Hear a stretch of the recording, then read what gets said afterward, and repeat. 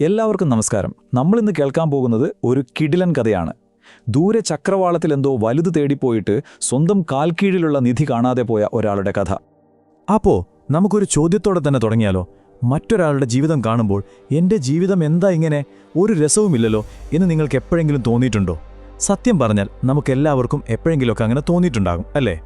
നമ്മുടെ ഈ കഥ തുടങ്ങുന്നത് കേരളത്തിലെ തന്നെ ശാന്തസുന്ദരമായൊരു ഗ്രാമത്തിലാണ്. അവിടെ ഒരു പാവപ്പെട്ട മീൻപിടുത്തക്കാരനുണ്ടായിരുന്നു. പാവപ്പെട്ടവനാണെന്നേ ഉള്ളൂ, ആളൊരു രക്ഷയുമില്ലാത്ത സന്തോഷവാനായിരുന്നു. അപ്പോൾ ആളുടെ ഒരു ദിവസം എങ്ങനെയാണെന്നറിയാമോ? വളരെ സിമ്പിൾ. എന്നും രാവിലെ പുഴയിലേക്ക് പോകും, തൻ്റെ കുടുംബത്തിന് അന്നത്തേക്ക് വേണ്ട മീൻ മാത്രം പിടിക്കും. പിന്നെ വൈകുന്നേരം നല്ല സന്തോഷത്തോടെ വീട്ടിലേക്ക് തിരിച്ചു വരും. കിട്ടുന്നതുകൊണ്ട് തൃപ്തിപ്പെട്ട് ജീവിക്കുക, അതായിരുന്നു പുള്ളിയുടെ പോളിസി. പക്ഷേ അങ്ങനെ സമാധാനമായി പോയിരുന്ന ജീവിതത്തിൽ ഒരു ദിവസം എല്ലാം അങ്ങ് മാറിമറിഞ്ഞു. അതെ, ഒരൊറ്റ കാഴ്ച. ആ ഒരൊറ്റ കാഴ്ച മതിയായിരുന്നു അവന്റെ മനസമാധാനം കളയാൻ. അങ്ങനെ ഒരു ദിവസം വലയുമെറിഞ്ഞ് കാത്തിരിക്കുമ്പോഴാണ് പുഴയിലൂടെ ഭയങ്കര ആഡംബരമുള്ളൊരു ബോട്ട് കടന്നു പോകുന്നത് അവൻ കണ്ടത്. ഒരു വലിയ പണക്കാരനായ കച്ചവടക്കാരൻ്റേതായിരുന്നു അത്.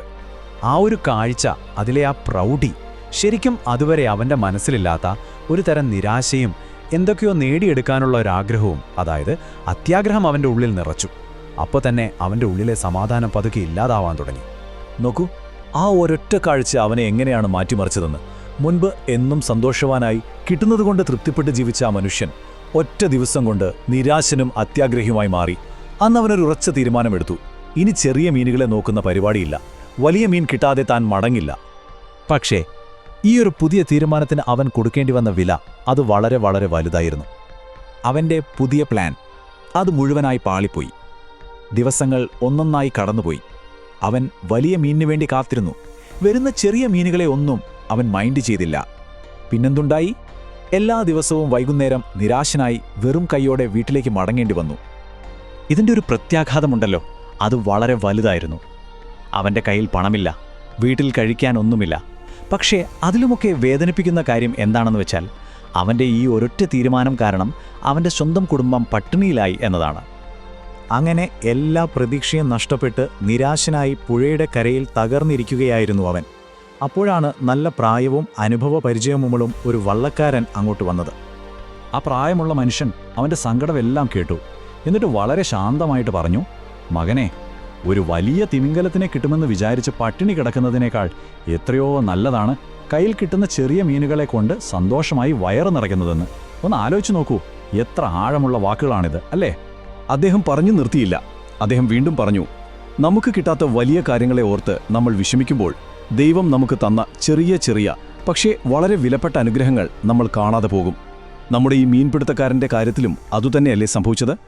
അവൻ്റെ അത്യാഗ്രഹം അവൻ്റെ കണ്ണിനെ ശരിക്കും അന്ധനാക്കി കളഞ്ഞു."